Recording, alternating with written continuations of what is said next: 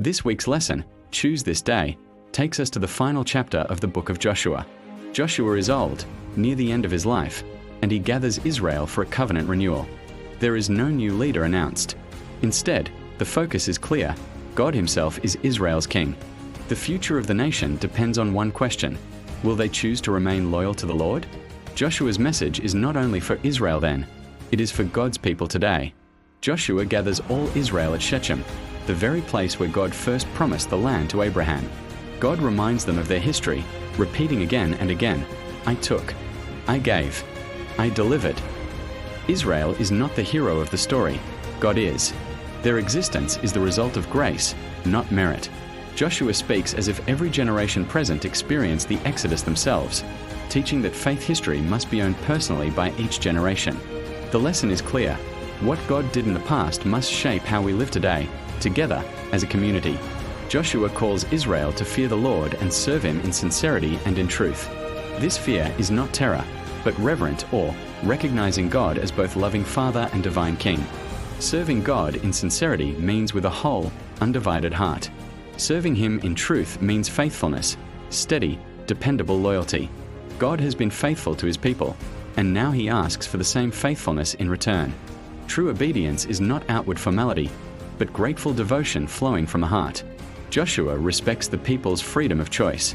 Though God chose Israel, they are still free to say yes or no. Faith cannot be forced.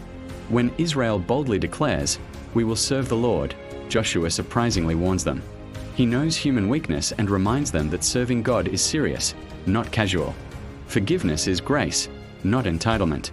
Serving God must be a personal choice, sustained not by human strength, but by a living relationship with the Savior. Joshua repeats his call to remove idols because the danger is real, and close. These idols are not far away, they are among the people. Joshua urges the people to incline their hearts to the Lord. To incline means to bend or deliberately lean toward God. The human heart does not naturally listen to God's voice. It drifts unless intentionally directed. The Israelites respond by saying, "We will listen to his voice." This shows that obedience is not about blindly following rules, but about a living relationship with God, one built on listening, trust, and love. Yet the book ends without confirming that the idols were removed. This silence leaves the appeal open-ended, reminding every generation that the call to faithfulness is ongoing. How often do we promise God obedience and then fall short?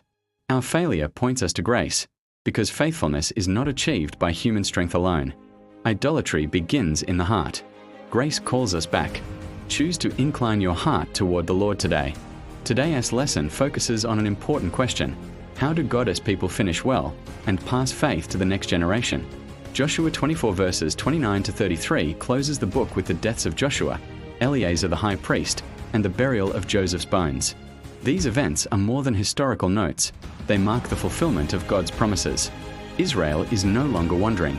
Their leaders are buried in the land of inheritance. This shows permanence, rest, and God's faithfulness across generations.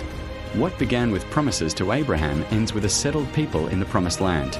Yet the ending also looks forward. The book closes with unanswered questions. Will the next generation remain faithful? Will they resist idolatry? Will they complete the work Joshua began? God's people are always one generation away from spiritual decline. Faith cannot be inherited automatically. It must be chosen and lived out daily. Joshua, like the Apostle Paul, finished his life faithful to God. His success was rooted in consistent obedience, wholehearted loyalty, and trust in God's grace. Finishing well requires daily choices, choosing faithfulness, rejecting compromise, and clinging to God in every season of life. Finish strong. Remain faithful. Live today so that you can finish with assurance tomorrow.